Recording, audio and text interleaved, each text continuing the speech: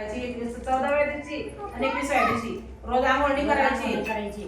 तर त्याच्याने ना बाळ पोटामध्ये असतं, पोटामध्ये पेटी असते आपली, पेटीमध्ये येते ना बाळ, आणि तो बाहेर जन्म झाल्यानंतर तर वातावरणाशी मॅच होत नाही लवकर.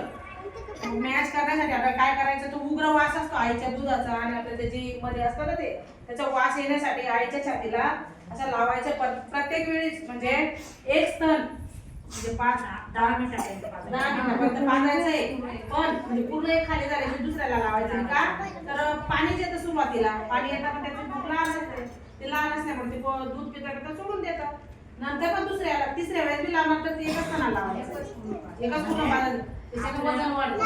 तुम्हाला तुमच्या घरी सांगत असतील ना, एक पाण्याचा असतो, एक बाजू पाण्याची असते आणि एक बाजू अन्नाची असते. तसं काही नसतं.